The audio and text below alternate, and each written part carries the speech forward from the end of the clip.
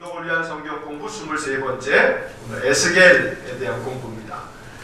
지난 시간에 이제 예레미야가 공부를 했고 오늘 이제 에스겔서를 공부하는데 예레미야는 나라가 망하기 전부터 나라가 망한 후까지 걸쳐서 사역을 하면서 이스라엘 남유다가 망하게 된 그런 슬픈 역사를 기록하고 있죠. 그래서 우리가 예레미야를 공부하면서 남유다의 마지막 왕들에 대한 이제 그 이야기를 예레미야를 하면서 애가까지 3주 동안에 여러 번 반복해서 말씀을 드렸습니다. 제일 먼저 누구에게 요시야 왕 때 예레미야가 활동을 시작했어요. 자, 요시야 왕이 8살 때 이제 왕이 돼가지고 쭉 나라를 다스리면서 요시야 왕 18년째 되던 해 그가 26살 될 때 성전을 수리하다가 율법을 발견했다. 그 발견한 율법이 뭐라 그랬습니까? 신명기라고 말씀드렸죠. 그러면서 요시야가 이 신명기의 말씀에 감동이 돼서 종교개혁을 단행하게 되는 그런 이야기를 말씀을 드렸는데, 자, 요시야가 죽고 난 다음에 그의 아들 누구요? 여호아하스가 왕이 되고, 자, 여호아하스가 왕이 되고 난 다음에 이 여호아하스는 석 달밖에 왕으로 못 있다가 결국은 쫓겨나게 돼요, 애굽 때문에. 그리고 난 다음에 그의 형인 여호야김이 왕이 됐어요. 자, 여호야김이 왕이 돼서 11년 동안 통치하고, 그 다음에 여호야김의 아들이었던 여호야긴, 이번에는 긴이 왕이 돼서 역시 석 달 통치하고 바벨론에게 쫓겨났어요. 그리고 난 다음에 여호야긴의 삼촌이고, 그리고 이 여호야김의 형제이기도 한 마지막 왕 시드기야가 왕이 돼서 11년 통치하다가 바벨론의 나라가 망하면서 두 눈이 뽑혀가지고 바벨론으로 질질 끌려가는 신세가 됐어요. 요게 첫째 아들, 요게 둘째 아들, 요게 셋째 아들, 요시야의 세 아들이 왕이 됐습니다만 결국에 가서는 나라가 망하게 되는 그러한 아픈 역사를 갖고 있는 것이죠. 자, 이렇게 나라가 망하고 난 다음에 바벨론에 다 포로로 잡혀갔어요. 그런데 우리가 이제 오늘 보게 되면 좀 이따 이제 그 밑에서 표에서 한번 그 1페이지에 보시게 되면 표가 나와요. 중간에 이렇게 표가 있죠. 거기 보게 되면 바벨론 포로라고 되어 있는데, 자, 여러분 나눠드린 그 오늘 자료에 그 표에 보게 되면 1차 포로라고 되어 있어요. 자, 1차 포로는 몇 년이냐면 BC 605년 누구 왕 때냐면 여호야김, 바로 요때 여호야김 때 첫 번째로 바벨론의 포로로 잡혀가는 거예요. 자, 여호야김 때 잡혀갔던 그 포로를 1차 포로라 그래요. 첫 번째 그 605년 BC 주전 605년에 잡혀갔던 그 1차 포로 때, 그때 누가 잡혀가냐 하면 대표적인 인물이 누구예요? 다니엘이 잡혀가요. 다니엘이. 그러니까 다니엘은 어느 시대 때 사람이냐면 여호야김 때 1차 포로로 잡혀가게 되는데, 그 BC 605년에 그때 다니엘도 잡혀간다 라고 하는 거 하나. 자, 두 번째로 2차 포로는 누구 왕 때냐면 여호야긴 때. 요건 2차 포로. 자, 2차 포로 때 누가 잡혀가냐 하면 에스겔이 잡혀갑니다. 에스겔도 잡혀가고 여호야긴도 잡혀가고 다 잡혀가요. 자, 이 2차 포로로 잡혀갈 때 에스겔뿐만 아니라 이 당시에 제일 많이 잡혀갔어요. 한 10,000명 정도가 잡혀갔어요. 10,000명 정도가.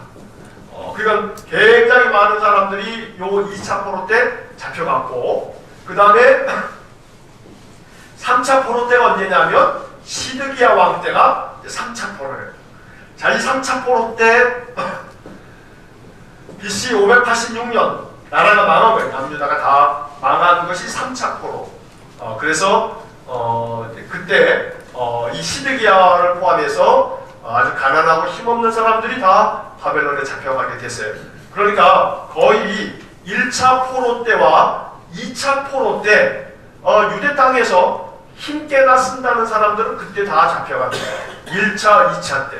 3차 포로 때는 나머지 좀 가난하고 힘없고 그런 사람들 남아 있었는데 그 사람들까지 이제 다 잡아가게 되는 그런 일들이 있었단 말이에요. 그러니까 여러분들이 이제 구약의 이 역사 중에서 이 에스겔서를 공부하면서 에스겔 다음에 다니엘서를 공부할 텐데, 그러면 한 가지 기억할 것은 유다의 맨 마지막 왕들 요시야부터 시작해서 여호와스, 여호야김, 시드기야 이렇게 되는데, 맨 마지막에 3명의 왕, 요 3명의 왕 때 첫 번째 여호야김 때 1차 포로, 그때 다니엘 잡혀가고, 그 다음에 여호야김 때 2차 포로, 이때 에스겔 잡혀가고, 그 다음에 시드기야 때 3차 포로, 이게 나라가 완전히 망해서 끌려가는 거니까 요걸로 딱 끝. 자, 이렇게 해서 1차, 2차, 3차 이렇게 기억을 하시면, 1차 포로 때 다니엘이 잡혀가고 2차 포로 때 에스겔이 잡혀갔어요. 자, 그러면 대충 이제 뭘 할 수 있냐면, 다니엘하고 에스겔은 나이가 비슷하다는 것을 알 수 있죠.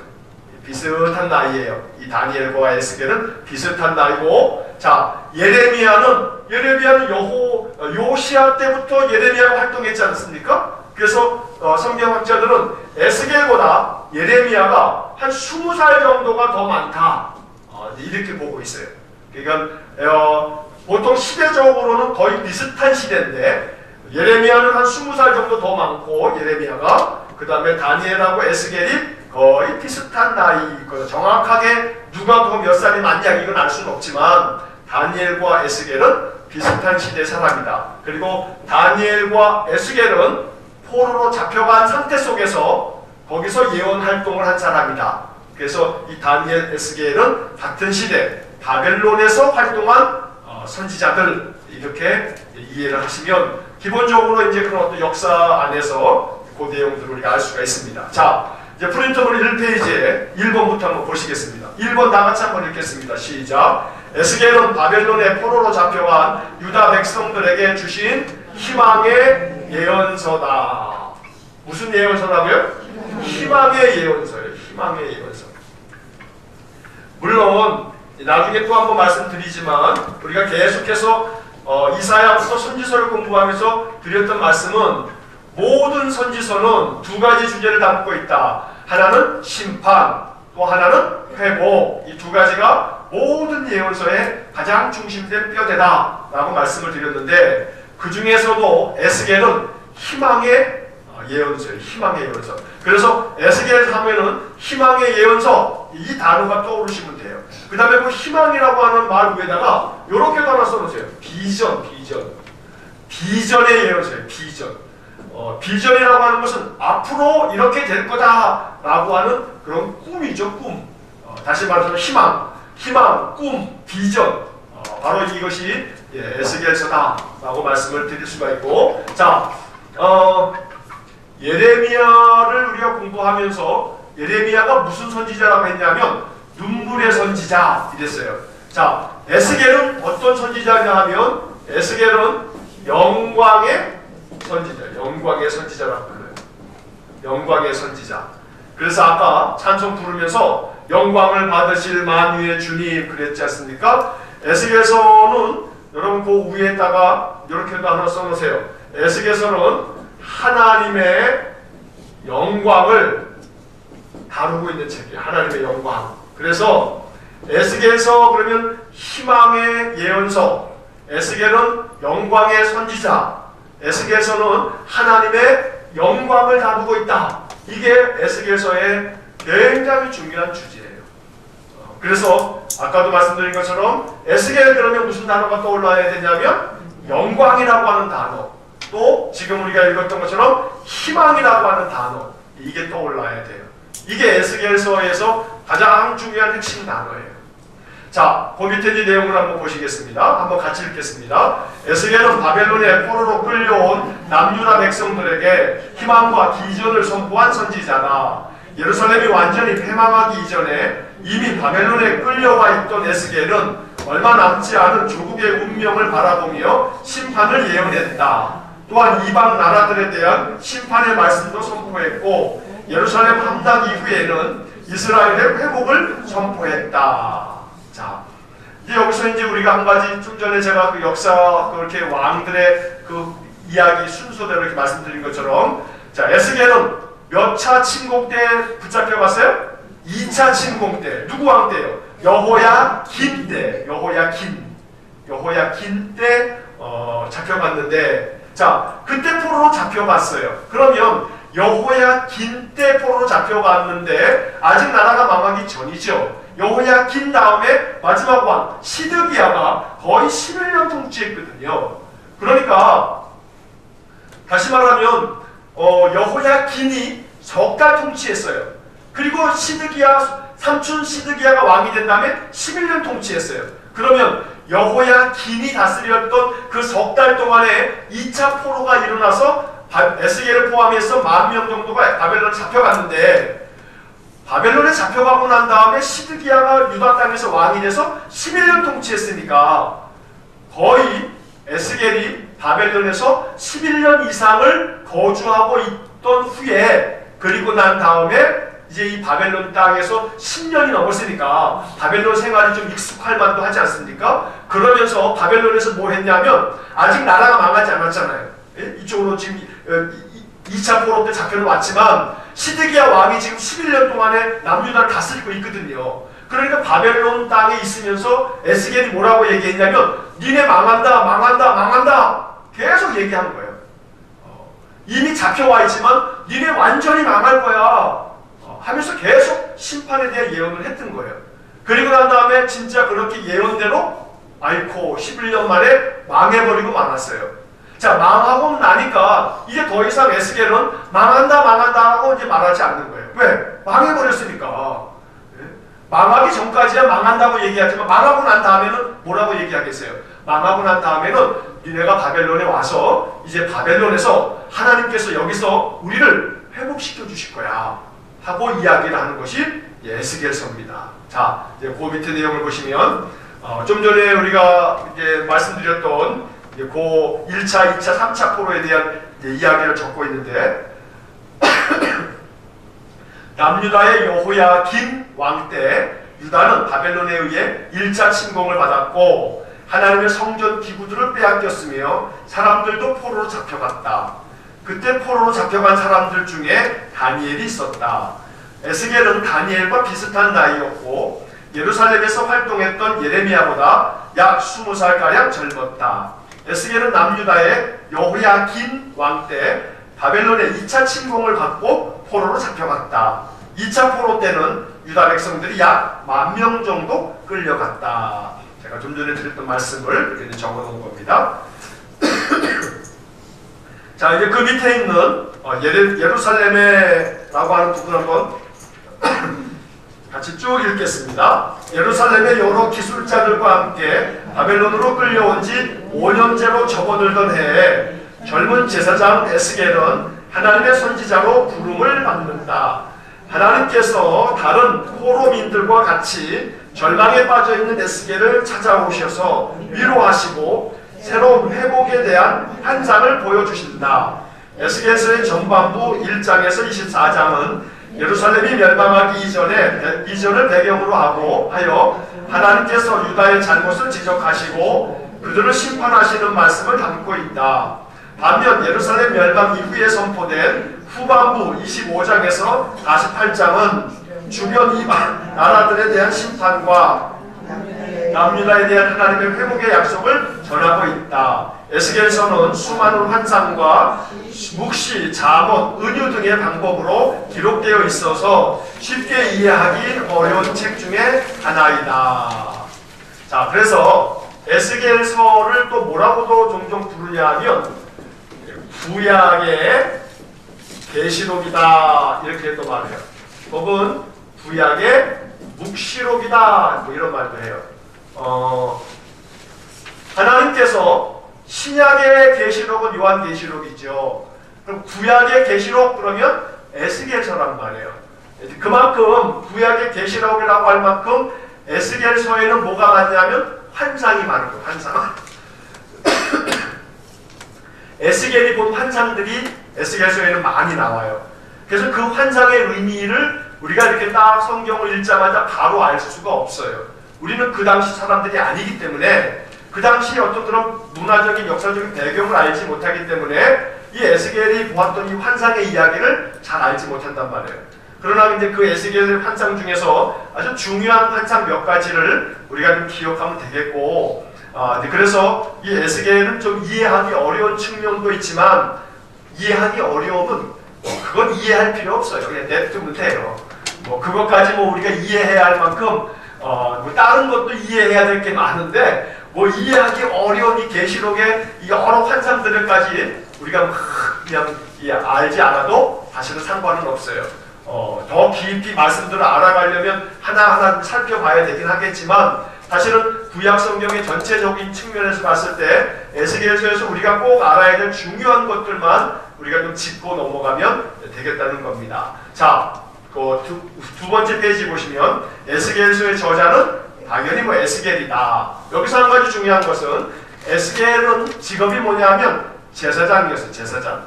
그의 아버지가 붓이라고 하는 사람인데 그 아버지가 제사장이었어요. 자, 또 제사장이었던 선지자가 예레미야였죠. 예레미야도 제사장 집안에서 태어난 사람이었어요. 우리 예레미야 공부할 때도 말씀을 드렸는데, 그래서 예레미야도 에스겔도 제사장이었다. 그러니까 아버지가 제사장이면 그 아들도 제사장이 되어서 그 제사장의 일을 감당해야 된단 말이에요. 자, 그런데 좀 전에 드렸던 것처럼 바벨론으로 끌려간 지 5년째 되던 해에 이 에스겔이, 제사장이었던 에스겔이 하나님의 선지자로 부르셨어요. 자, 요 5년째 되었다라고 하는 것은 이제 에스겔서를 읽다 보게 되면 이제 나오게 된단 말이에요. 자, 그런데 보통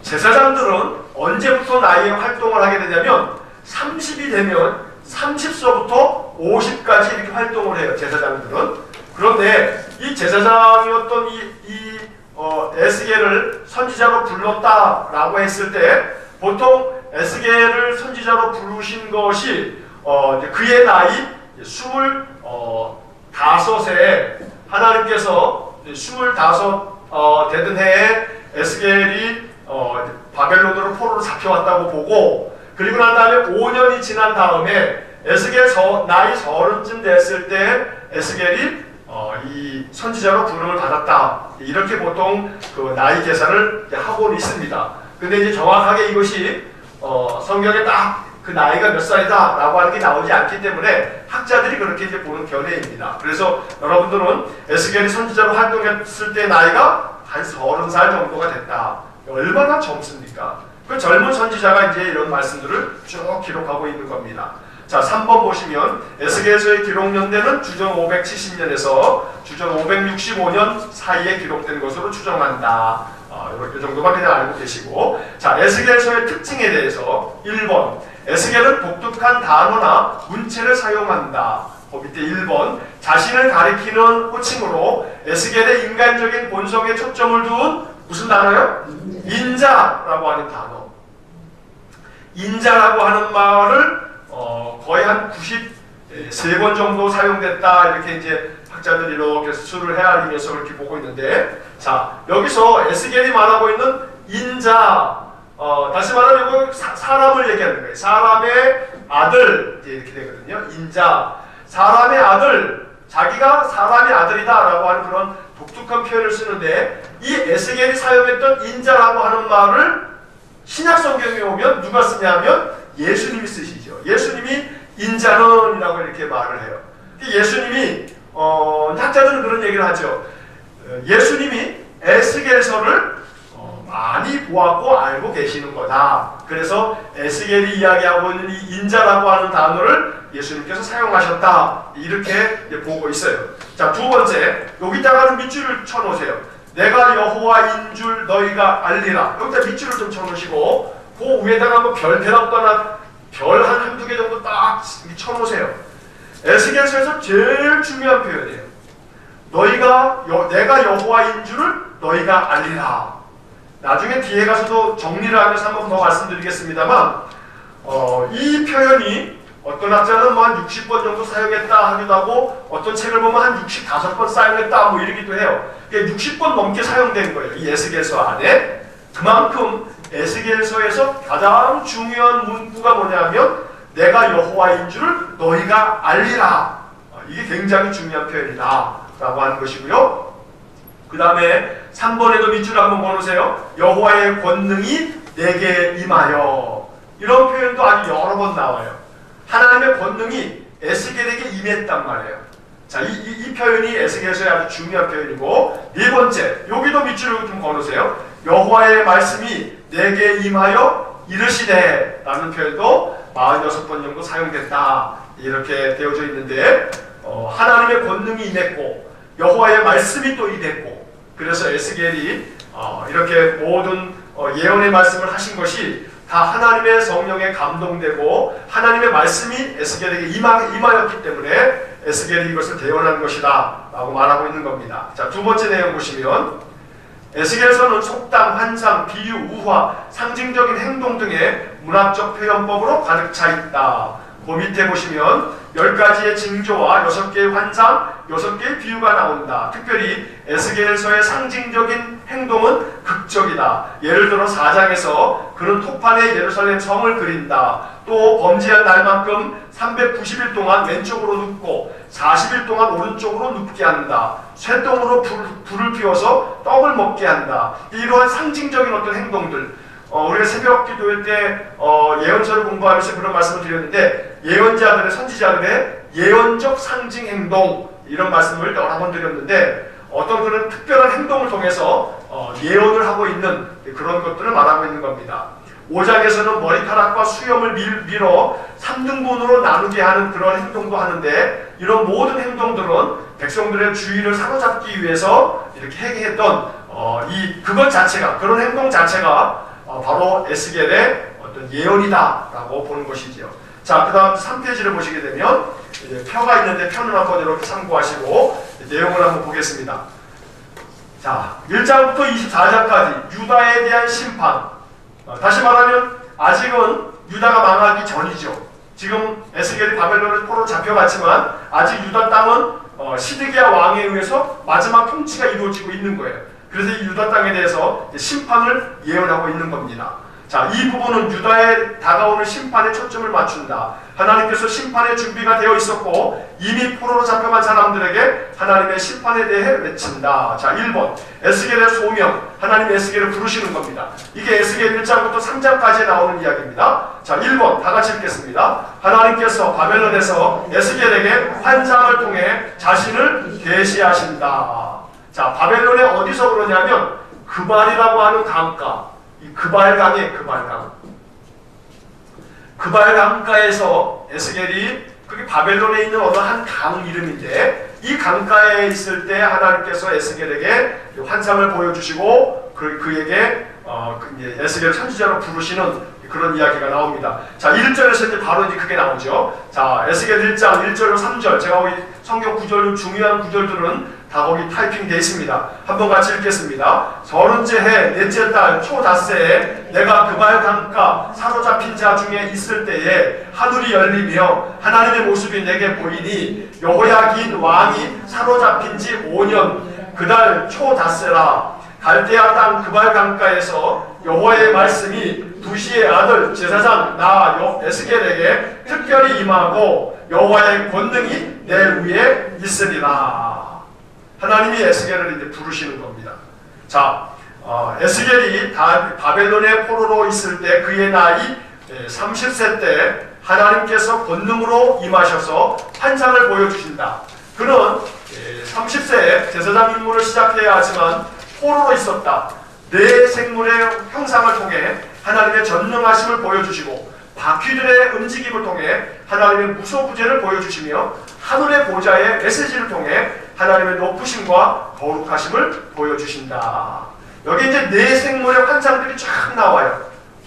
이제 그 네 생물의 환상들, 이런 것들이 나중에 요한계시록에 가면 요한계시록에 이 에스겔이 보았던 환상들의 이야기가 요한계시록에 아주 매우 흡사하게 기록이 되어져 있어요. 그래서 아까 말씀드린 것처럼 에스겔은 구약에 뭐라고 했어요? 구약의 계시록이다 말씀드렸어요. 사도 요한이 요한계시록을 쓸 때 뭐 아무것도 없는 중에 쓴 게 아니고요. 에스겔이 보았던 환상에 대한 부분들을 이 사도 요한이 다시 보았거나 그 다시 보았던 그 환상들이 에스겔서에 나와 있던 것임을 알고 사도 요한이 그걸 쫙 기록을 한 거예요. 그래서 그 나름대로 에스겔서를 잘 이해하면 요한계시록이 무슨 의미인지를 우리가 이제 알 수 있는, 나중에 이제 요한계시록 공부할 때 에스겔서의 이야기를 다시 한번 여러분 듣게 될 겁니다. 자, 2번 같이 읽겠습니다. 하나님께서 반역한 백성에게 말씀을 전하도록 에스겔을 선지자로 세우신다.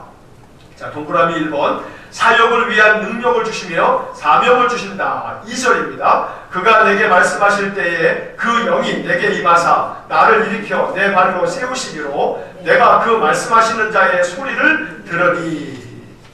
자, 여기 보면 그 영이 내게 임하사 나를 일으켜 내 발로 세우셨다. 그리고 내가 그 말씀하시는 자의 소리를 들었다. 자, 사역을 위한 능력을 하나님께서 에스겔에게 주신 거예요.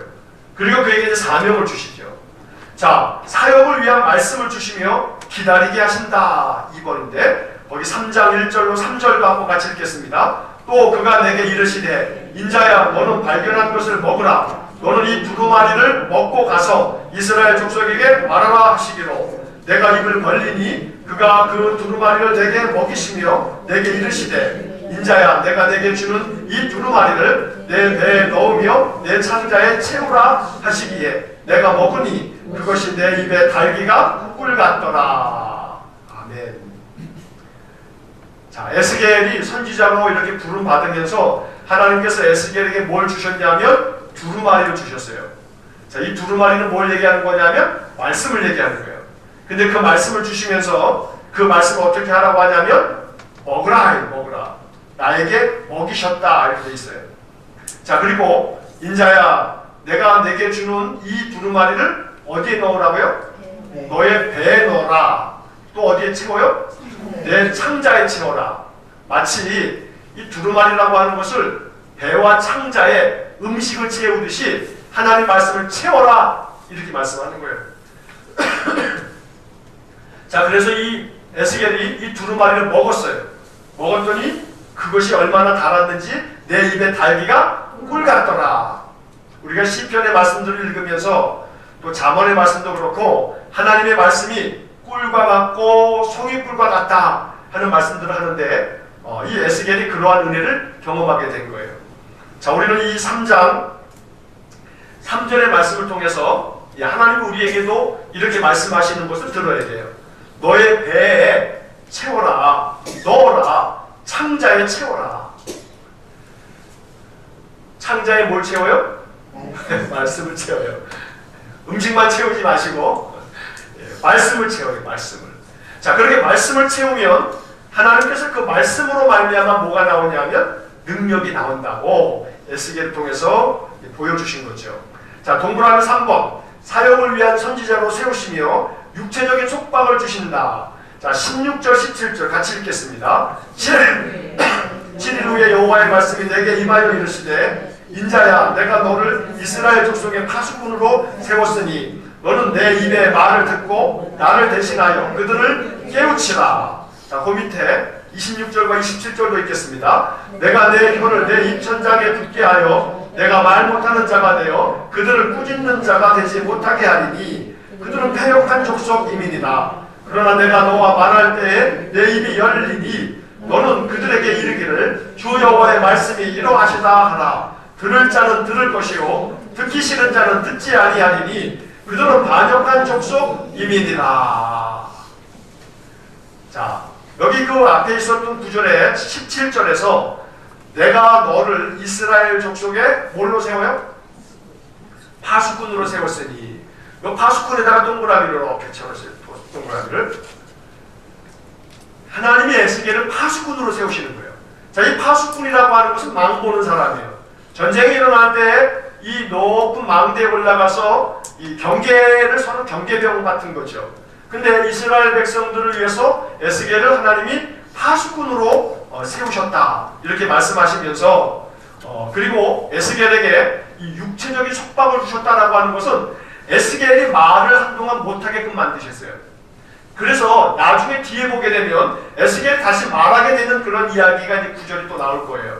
자, 그러면서 하나님이 이러한 징조를 보여주시면서 내가 너와 말할 때 너의 입이 열리게 될 거다, 이렇게 말씀을 하셔요. 그리고 그 여호와의 말씀을 그때부터 네가 여호와의 말씀만 전해라, 딴소리 하지 말고 여호와가 말한 것만 전해라. 이러한 어떤 하나님의 그 뜻을 알려주시려고 이 에스겔이 한동안 말을 못하게 되는 그런 일이 있었어요. 자, 한동안 하나님의 뜻을 알려주시려고 말을 못하게 된 사람, 이 에스겔이었습니다만 신약시대에 오게 되게 되면 예수님이 태어나시기 6개월 전에 태어났던 세례 요한, 그 세례 요한의 아버지 사가랴, 이 사가랴에게 천사가 와가지고 이렇게 말씀하시면서 사가랴에게 징조를 보여주시는데 사가랴가 말을 못하게 됐죠. 성전에 갔다가 와가지고 사가랴가 벙어리가 돼버린 거예요. 말을 못하게 됐어요. 자, 그렇게 말을 못하고 있다가 엘리사벳, 자기 부인 엘리사벳이 아들을 낳고 그 아들의 이름을 뭐라고 할까요? 하고서 아버지한테 얘기를 했더니 아버지가 글쓸 거 갖고 와라 해가지고 뭐라고 썼냐면 아버지가 요한이라고 쓰는 거예요. 근데 엘리사벳도 천사로부터 너의 아들을 요한이라고 해라. 그래서 아이고 집안 식구들이 다 우리 집안에는 요한이라는 이름이 없는데 아버지한테 물어보자 하고 아버지한테 물어봤더니 아버지도 역시 사가랴도 요한이라고 쓰는 거예요. 야, 참 신기하다 하고 그때 사가랴의 입이 딱 열리게 되지요. 이게 누가복음에 이제 우리가 보게 되는 사가랴와 엘리사벳, 세례 요한의 아버지 어머니죠. 그런 이야기가 나와요. 하나님께서 뜻을 알려주시려고 에스겔로 하여금 말을 못하게 했다가 다시금 말하게 만드시는 그런 사건도 벌써 구약에 이렇게 나타났던 거죠. 자, 여기서 이제 중요한 구절은 그 밑에 맨 마지막 줄에 나와 있는 27절 마지막에 들을 자는 들을 것이요 듣기 싫은 자는 듣지 아니하리니. 이 구절이 에스겔 전체뿐만 아니라 모든 선지서들의 이야기, 바로 여기에 담겨져 있는 아주 중요한 이야기예요. 선지자들이 아무리 얘기해도 자, 들을 자는 어떻게 해요? 들을 자는 듣는단 말이에요. 듣기 싫은 자는요? 듣지 않는다. 듣기 싫은 자는 듣지 않을 거다. 하나님이 이걸 알고 계셨어요. 그래서 예수님께서도 자꾸 뭐라 말씀하시냐면 들을 귀 있는 자는 들을지어다 라고 말씀하시죠. 이게 에스겔 선지자가 얘기했던 말씀들을 예수님께서 아시고 그런 말씀들을 하시는 거예요. 들을 귀 있는 자는 들을지어다. 저와 여러분들은 항상 들을 귀가 있는 자이기를 소원합니다. 그 들을 자는 들을 것이요 라고 했기 때문에 성경의 말씀들을 우리가 배워가면서 하나님의 뜻을 알아가고 하나님의 음성을 들을 줄 아는 영적 귀가 환하게 열리기를 간절히 소원합니다. 자, 그 뒷페이지에 이제 보시게 되면 5쪽입니다.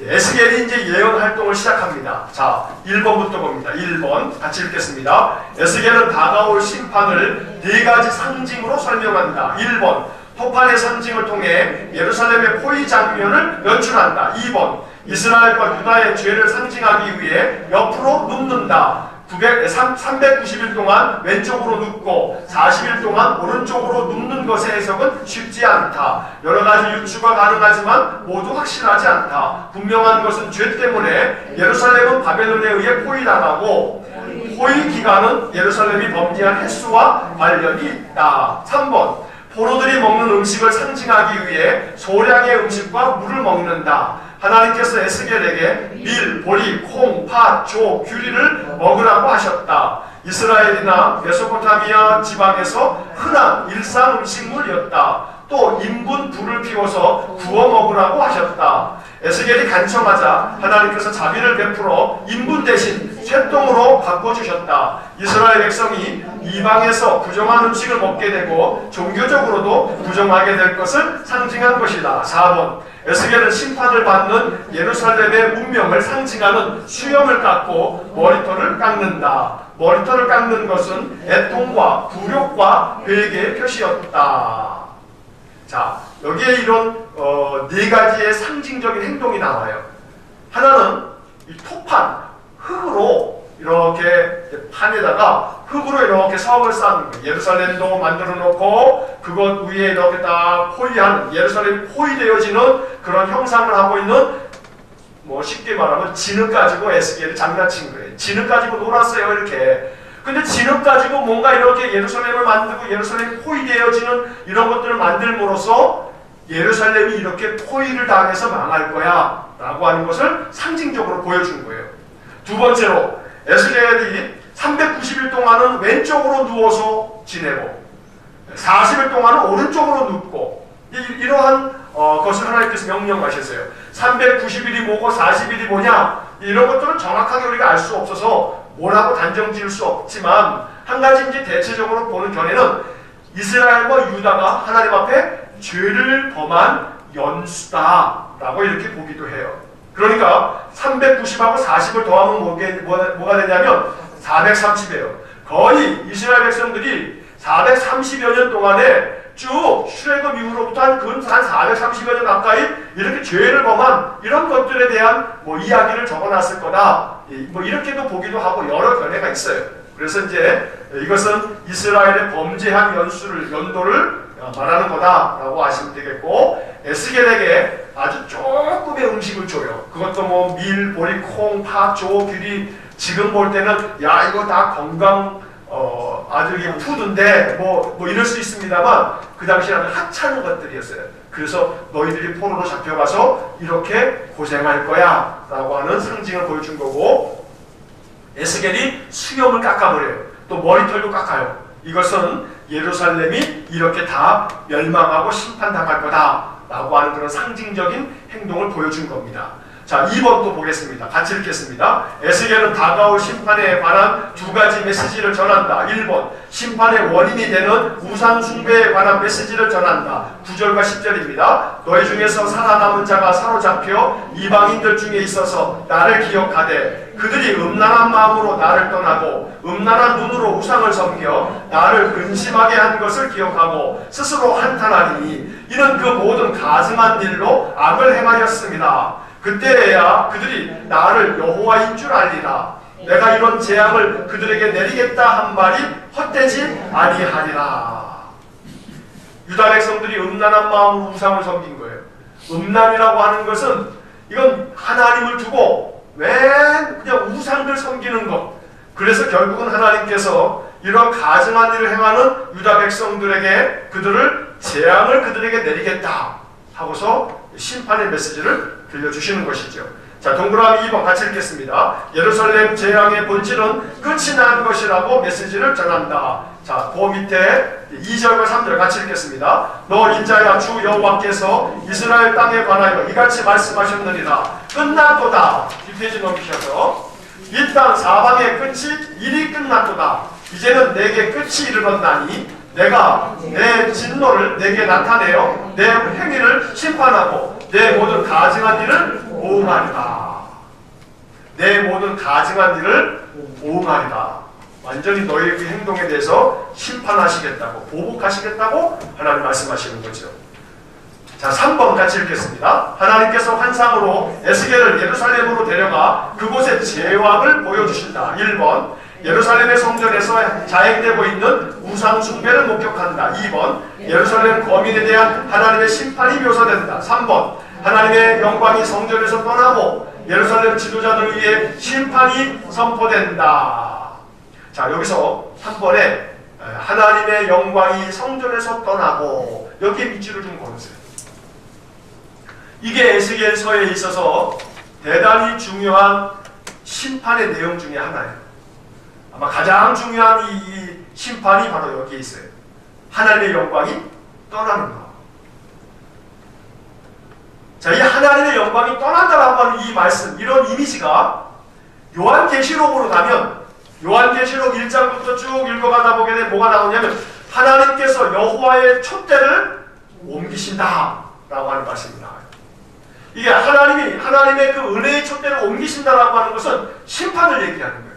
더 이상 너희들에게 은혜를 베풀지 않겠다라고 하는 말씀이거든요. 여기서 하나님의 영광이 성전에서 떠났다라고 하는 것은 하나님께서 유다 백성들을 버렸다라고 말하는 것이죠.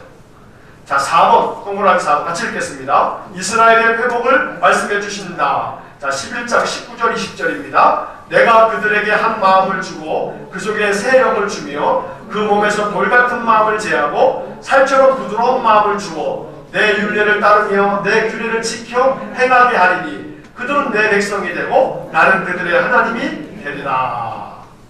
자, 이것이 에스겔서의 회복의 말씀 중에 아주 중요한 말씀이에요.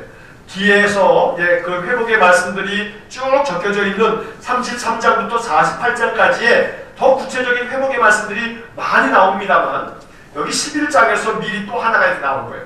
하나님께서 한 마음을 주고 새 영을 주고 돌 같은 마음을 제거하고 살처럼 부드러운 마음 주고 그래서 너희들은 내 백성 되고 나는 너희들의 하나님이 될 거다.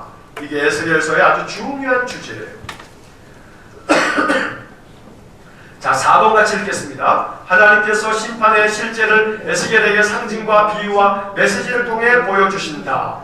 에스겔 4장에서 11장은 불순종으로 인해 예루살렘이 심판을 당하고 포로 생활을 할 것이라는 것을 예언하였지만 별로 효과가 없었다. 그들은 낙관주의에 빠져 있었다. 에스겔은 포로 생활이 실제로 이루어지는 것을 징조를 통해 보여준다. 자, 여기 그 두 번째 줄에 여기다 밑줄을 좀 걸어주세요. 그들은 낙관주의에 빠져 있었다. 자, 그들은 낙관주의에 빠져 있었다라고 하는 이 말씀은 아무리 선지자들이 나라가 망한다 해도 사람들이 생각하기에는 무슨 마음이냐면 안 망해. 뭔 소리야, 망하긴 뭐이 망해. 그러니까 예레미야가 예언을 할 때 예레미야도 계속 망한다고 얘기하니까 거짓 선지자 하나니아가 뭐라고 하냐면 야, 하나님이 너에게만 말씀했냐 이 새끼야? 나한테도 말씀하셨어. 나한테 말씀하실 때는 하나님이 이 땅에 평화가 있다고 말씀했어. 도대체 너는 누구한테 들은 거냐 하면서 이 하나니아가 이 예레미야를 막 때리기도 하고 그러거든요. 이게 거짓 선지자죠, 이게. 그러다 보니까 거짓 선지자들에 의해서 평안하다, 다 괜찮다, 하나님 복 주신다 이렇게 얘기했던 때에 에스겔이나 예레미야나 이런 사람들은 망한다고 자꾸 얘기를 하는 거죠. 여러분 생각해 보세요. 망한다는 얘기를 들으면서 좋아할 사람이 누가 있겠어요? 하나님이 심판하실 거다. 너희들의 죄를 심판하신다. 너희들이 하나님만 섬기지 않았기 때문에 너희들 망할 거다. 그것도 한두 번이죠. 제가 만약에 설교를 한 달 내내 아마 넉 주만 계속해서 심판 망할 거라고 그 망할 것에 대해서 이 선지서에 나와 있는 구체적인 표현들을 가지고 이렇게 망하고 이렇게 망하고 이렇게 망할 거라고 한 넉 주만 설교해도요 여러분들 아마 교회 나오기 싫을걸요 아마 그럴 거예요. 근데 이게 하루 이틀도 아니고 예레미야나 에스겔이 계속 이 심판을 얘기하니까 사람들의 마음속에 그걸 듣고 싶겠어요? 그러니까 아까 우리가 읽었던 것 중에 이 들을 귀가 있는 사람들은 들을 자는 들을 것이지만 듣기 싫은 자는 듣지 아니하리니 듣기 싫은 자는 듣지 않는다. 그래 망하다는 얘기를 듣고 싶어하는 사람이 누가 있냔 말이에요. 듣기 싫은 자들은 듣지 않는 거예요. 선지자들의 말을. 당연히 이 선지자들 예레미야나 에스겔의 말을 듣지 않는 거죠. 그러니까 아무리 예언해도 그 앞에서 뭐라고 됐어요? 별로 효과가 없었다. 왜냐하면 그들이 낙관주의에 빠져 있었기 때문에 안 망한다고 생각하는 거예요. 자, 그래서 여러 가지 에스겔이 환상을 통해서 징조들을 통해서 이제 망한다라고 하는 것을 보다 더 구체적으로 알려주고 있습니다. 자, 동그라미 1번 같이 읽겠습니다. 에스겔은 포로의 행장을 하고 성벽에 구멍을 뚫고 포로 생활에 쓴 집을 옮겨내고 두려움 가운데 떨면서 먹고 마시는 행동으로 포로 생활의 징조를 표현한다. 에스겔 자신이요 포로 생활을 할 때 포로로 끌려가는 모습으로 집을 꾸려가지고 막 이렇게 도망가는 행세를 하는 거예요. 성벽에다 구멍을 뚫어요. 성벽이 만약에 무너질 거라고. 이러면서 아주 벌벌 떨면서 두려움 가운데서 지내요. 그러니까 에스겔 선지자를 보면서 저거 왜 그래? 저 미쳤나? 그럴 거지만 그게 다 나라가 망해서 그 백성들이 지금 저렇게 예루살렘에 있지만 몇 년 지나지 않으면 망해서 이렇게 우리처럼 다 끌려올 거라고 하는 얘기를 해주고 있는 거죠. 자, 2번 같이 읽습니다. 에스겔은 심판의 확실성에 대한 5개의 메시지를 전한다. 3번 하나님께서 에스겔에게 심판에 대한 3가지 비유를 전하게 하신다. 자, 여기에 5가지 메시지, 3가지 비유 이게 쫙 성경에 나와 있어요. 근데 그 성경의 이야기를 지금 다 살펴볼 수가 없기 때문에 이런 얘기가 나온다라고 하는 것으로 넘어가는 겁니다. 자, 그 뒷페이지 7페이지입니다. 4번 같이 읽겠습니다. 에스겔은 개인적인 죄에 대한 개인적인 심판의 메시지를 전한다. 자, 18장 2절부터 4절까지입니다. 너희가 이스라엘 땅에 관한 속담에 이르기를 아버지가 신포도주를 먹었으므로 그의 아들이 이가 시다고 하면 어찌 되느냐. 주 여호와의 말씀이니라. 내가 나의 삶을 두고 맹세하노니 너희가 이스라엘 가운데에서 다시는 이 속담을 쓰지 못하게 되리라. 모든 영혼이 다 내게 속한지라. 아버지의 영혼이 내게 속함같이 그의 아들의 영혼도 내게 속하였나니 범죄하는 그 영혼은 죽으리라. 자, 이 말은 뭐냐면 아버지가 신포도를 먹었는데 아들이 아이고 쉬어. 이게 말이 되냐. 아버지가 신포도 먹었으면 아버지가 쉬인 거지. 아들이 쉬다라고 하는 것은 신포도를 먹었으니까 이게 같이 이게 이 파블로프의 무조건 반사처럼 우리가 그냥 아이고 쉬어 하면서 입에 신물이 나올 수는 있지만 그런 진짜 쉰 것은 아니죠. 이 말은 뭐냐면 아버지가 죄를 지면 그 죄에 대한 대가를 누가 받는다고요? 아버지가 받는 것이지 아들이 받는 건 아니다. 다시 말해서 연좌제 없다. 자기가 범한 죄는 자기가 책임지는 거다. 이렇게 얘기를 하는 겁니다. 자, 그 밑에 설명 같이 읽겠습니다. 예루살렘 사람들은 그들이 처한 상황에 대해 조상 탓을 했다. 책임 전가에 대한 하나님의 반응은 분명하다. 인간은 부모에게서 죄에 대한 책임을 물려받지 않는다. 자기 자신의 죄에 대해서 책임을 질 뿐이다. 부모의 행동이 자식들에게 영향을 주는 것은 사실이지만 각 개인은 자신의 행위에 대해 자신이 책임을 진다. 자, 예루살렘 사람들이 뭐라고 생각했다고요? 아이고 우리가 이렇게 망한 게 누구 탓이라고요? 조상들이 죄져서 그렇다. 조상 탓이라고 자꾸 얘기를 해대는 거예요. 그러니까 예레미야 선지자가 얘기하는 거예요. 야, 아버지가 신포도 먹었는데 네가 이빨이 왜 시냐 임마. 아버지 죄 때문에 니네가 이렇게 됐다고 웃기는 소리 하지 마. 그런 얘기를 지금 하고 있는 겁니다. 자, 동그라미 5번 같이 읽겠습니다. 에스겔은 유다 왕 고관들에 대한 애가를 지음으로 예루살렘의 심판의 모습을 전달한다. 19장에 나오는데요. 이 에스겔의 애가 마치 예레미야 애가처럼 에스겔도 나라가 망하게 될 때 이렇게 된다라고 하는 슬픔의 노래를 적었어요. 그러니까 쉽게 말하면 에스겔의 애가, 에스겔 애가 뭐 이렇게 부르면 하죠. 그게 19장에 나오고요. 자, 6번 같이 읽겠습니다. 에스겔은 직접적인 표현으로 예루살렘에 임할 심판의 메시지를 전한다. 자, 여기 24장까지가 나라가 망하기 전까지예요. 그러니까 BC 몇 년 전이냐면 BC 586년 전이죠. 586년에 망했으니까 말이에요. 그때까지 이야기가 지금 24장까지의 이야기예요. 자, 그 다음에 주변 나라들에 대한 심판. 이건 간단해요. 이 주변 나라들, 이 이스라엘 남유다의 주변에 있는 나라들에 대해서도 심판을 예언하시는 거예요. 에스겔 선지자가. 자, 이런 얘기는 예레미야 공부할 때도 한번 다루었어요. 예레미야도 그 뒷부분에 가서 주변 나라들이 심판받을 거다라는 얘기를 쭉 했단 말이에요. 자, 여기도 마찬가지예요. 자, 그 내용 보시면 하나님의 심판은 이스라엘에서 시작되었다. 예루살렘에서 포위가 시작되면서 이제 멸망을 앞두고 있다. 하나님께서는 에스겔에게 이스라엘 주변 나라들에 대한 메시지를 주신다. 하나님의 심판은 주변 나라로 확대되는 것을 보여준다. 이 말은 이런 거예요. 나중에 이제 하박국서를 우리가 공부할 텐데 하박국 선지자가요 하나님께 따지는 거예요. 첫 번째 따진 게 뭐냐면 하나님 왜 죄인들이 떵떵거리고 삽니까? 의인들은 고난당하고 힘든데 왜 죄인이 왜 형통합니까? 하고 따져요.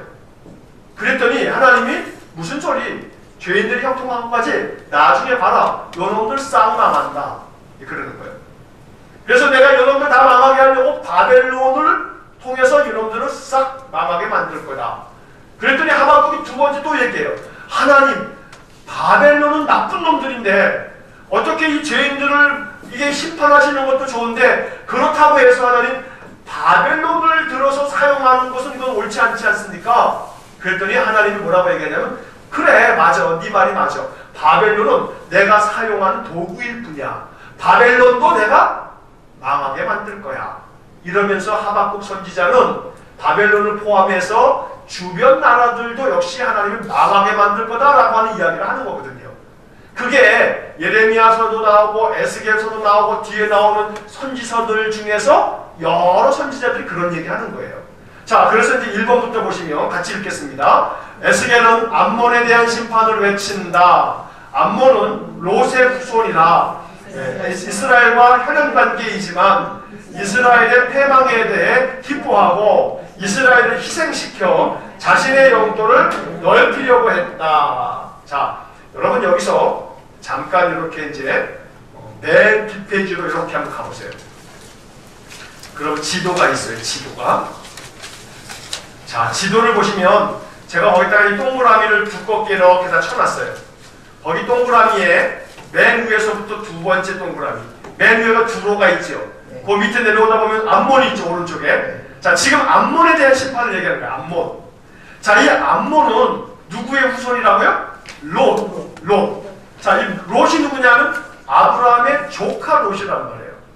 자, 이 롯이 소금 기둥이 됐잖아요. 뒤돌아보지 말라 했다가 롯의 아내가 소금 기둥이 되죠. 소금 기둥이 되고 난 다음에 그 소알이라고 조그만 성에 있을 때 롯의 두 딸이 아버지한테 아버지 잠들었을 때 아이고 세상에 다 망했으니 이제 우리는 누구한테 씨를 보나 그래가지고 아버지 잠들었을 때 그냥 들어가서 아버지를 범해가지고 이 딸들이 큰딸 작은딸이 애들을 낳잖아요. 그게 암몬 자손이 되고 모압 자손이 되는 거거든요. 자, 그래서 위에 암몬 그 다음에 밑에 모압 이렇게 있어요. 자, 그런데 이 암몬이라고 하는 땅이 그 옆에 보면 길르앗이라고 하는 땅도 있죠. 이게 길르앗이 다 이스라엘 땅이에요. 나중에 므낫세 반지파가 차지한 땅이 길르앗이거든요. 그래서 그 길르앗 옆에 보면 좀 흐립니다만 요단강이 이렇게 있어요. 그래서 이 암몬 족속이요, 암몬이 유다가 망하니까 자기들이 그래도 어쨌든지 간에 조상은 같은 조상인데 이 형제나 마찬가지인데 암몬이 낄낄거리고 좋아하는 거예요. 다 유다가 망했으니까 어떻게 되냐면 우리가 이제 그 땅을 차지하면 되겠구나 이래가지고 하나님께서 너희들 암몬, 너희들이 유다가 망했다고 기뻐해서 내가 니들도 심판할 거야 이렇게 얘기하는 겁니다. 자, 그 다음에 2번 다시 7페이지로 돌아오시면 에스겔은 모압에 대한 심판을 외친다. 같이 읽겠습니다. 밑에 모압 자손은 하나님의 백성을 우습게 보고 무시했다. 그래서 하나님께서 심판을 통해 하나님의 실제와 주권적 능력을 보여주신다. 자, 맨 위에가 여기가 한번 여기 앞에 보십시오. 갈릴리, 요단강, 사해 이렇게 지중해가 있고 여기가 이제 이스라엘 땅이에요. 이스라엘 남유다 이스라엘 땅인데 여기에 누가 있는 거예요? 여기에 암몬이 있어요. 그 밑에 누가 있어요? 그 밑에 모압이 있어요. 자, 그리고 그 뒷페이지에 이제 누가 나오냐면 에돔. 하나님이 에돔에 대한 심판을 외친다. 자, 에돔은 어디에 있냐면 모압 밑에 있어요. 모압 밑에 에돔이 있어요. 위에서부터 순서대로 암몬, 모압, 에돔. 자, 암몬하고 모압은 여기 형제 나라예요. 아까 말했던 것처럼 롯의 딸들이 낳은 아들들이 조상이 된 거예요. 자, 에돔이라고 하는 나라는 에자가 앞에 붙어 있죠. 요거는 에서의 자손들이에요. 에서. 이스라엘 야곱의 형이었던 에서의 후손들이 에돔이 된 거예요. 그러니까 여러분들이 기억하실 때, 자, 요것은 이스라엘 야곱의 형이고 얘는 아브라함의 조카예요.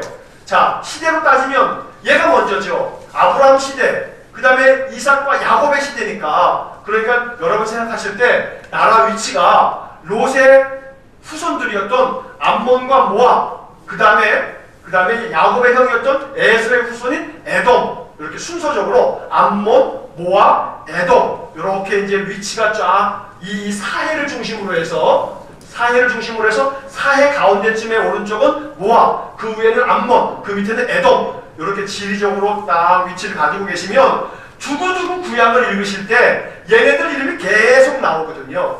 그럼 대체적으로 사해를 중심으로 해서 맨 위에는 암몬, 모압, 에돔 이러면은 이제 구약이 좀 더 이제 여러분들 이제 나중에 읽으실 때 혹은 들으실 때 모압 그러면 모압은 사해 바로 옆에 측이지. 그 다음에 암몬 그러면 사해보다 바로 모압 바로 위에지. 에돔은 그 밑에고 이런 것들이 머릿속에 다 생각이 떠오르실 거예요. 지금 공부한 게. 그럼 훨씬 더 구약이 쉽게 이해가 됩니다. 자, 다시 한번 8페이지로 넘어가시면, 자, 4번을 보겠습니다. 4번. 에스겔은 블레셋에 대한 심판을 외친다. 자, 블레셋은 유다를 멸하기 위해 옛날부터 미워하며 멸시하는 태도를 가졌고 공격을 해왔기 때문에 하나님의 심판을 받는다. 지난번에 예레미야 때도 공부를 했던 건데, 블레셋은 어디냐면 사해 왼쪽에, 요쪽에가 블레셋입니다. 이게 블레셋이에요. 블레셋이 요 밑에가 있어요. 이 블레셋의 성경 속에 블레셋의 장수 중에 하나가 가드라고 하는 동네에 살았던 가드의 장수, 다윗이 무너뜨린 사람 누가 있어요? 골리앗이 바로 블레셋 사람이죠. 자, 이 블레셋에서부터, 블레셋이라고 하는 말에서 뭐가 나왔냐 하면 지금 팔레스타인, 여러분 팔레스타인이라고 하는 말은 팔레스타인 이렇게 지금 부른단 말이에요. 지금 중동 지방에 이스라엘하고 팔레스타인하고 가끔씩 싸우잖아요. 그 팔레스타인이라고 지금 불러요. 근데 요 말은 블레셋. 그러니까 지금 팔레스타인이라고 하는 것은 블레셋의 후손들이에요. 블레셋의 후손들.